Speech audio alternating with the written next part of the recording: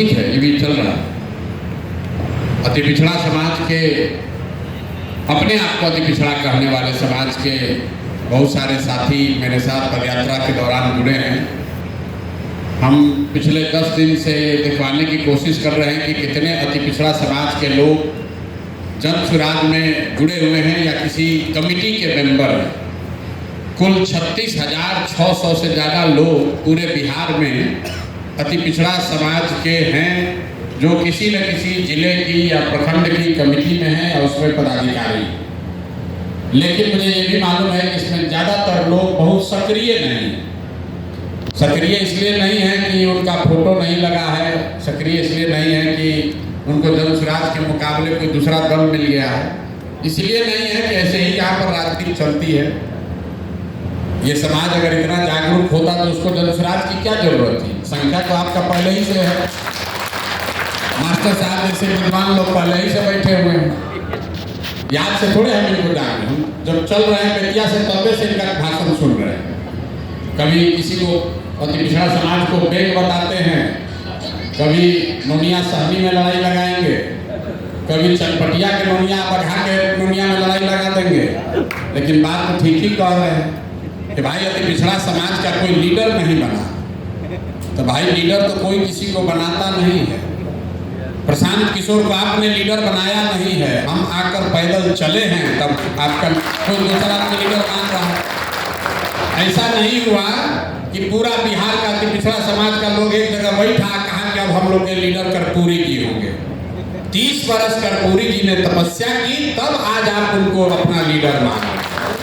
ये चीज अपने से मिलती नहीं है, तपस्या करके लेना पड़ता है, ऐसे नहीं होगा।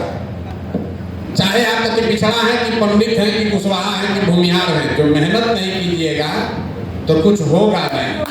आज जो बैठक बुलाई गई है तो हमने कहा भाई 500 साथियों को कम से कम बुलाया जाए, हर जिले से 10 आदमी को बुलाया जाए। हमको ये भी पता है कि भाई आर्थिक जो स्थिति है, बहुत लोग अपना खर्चा करके नहीं आ सकते हैं, तो इसलिए आपको गाड़ी की भी सुविधा जहाँ तक हो सकी लोग मिले होंगे, बोले होंगे भाई कुछ साधन वाधन करके चलिए।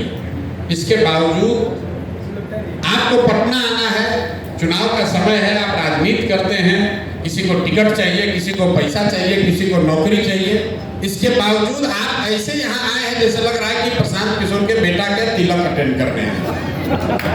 और जो शादी होती है उसमें कुछ लोग फूफा होते हैं। सदिया के दिन बेटी के ब्याह में आप देखते हो कितनों आप व्यवस्था कर दीजिए, उसको खिसियाना ही खिसियाना है। उसको यही लगता है कि हमारी पर दुनिया टिकी है, हम ना रहेंगे तो सब ये नहीं होगा। बेटी के ब्याह हम लोग किए होंगे बहुत लोग, हम लोग भाई, हम लोग का ड्यूटी लगता था बच्चा थे तो ये भाई इनको संभालना, लड़का का चाचा है बहुत खिसियाता है। हमारे चचेरी बहन का शादी हो रहा था तो एक उसमें उनके परिवार के साइड से हवलदार थे, तो उनको आदत किसी ने लगाया, साधारण परिवार में थे लेकिन लड़का चूंकि अच्छे परिवार का हुआ तो शादी हम लोग के यहाँ उनकी हो रही थी। तो चचा जो कहते कहे कि हम रॉथमेंस का सिगरेट पिएंगे। तब उनके लिए उस समय दिल्ली से मंगाया गया और हमारा ड्यूटी लगाया गया कि भैया नाराज ना हो, इनको जब जरूरत पड़े तो इनका बढ़िया से रॉथमेंस का सिगरेट मिलते रहना चाहिए। शादी हो गई, उसके बाद ना हमने उनको देखा ना उन्होंने हमको देखा, आज तक पता ही नहीं कि चचा कहाँ गए। हर शादी में ये होता है। तो मुझे ऐसा लगता है कि अति पिछड़ा समाज ने धीरे धीरे अपने आप को बारात का फूफा बना लिया।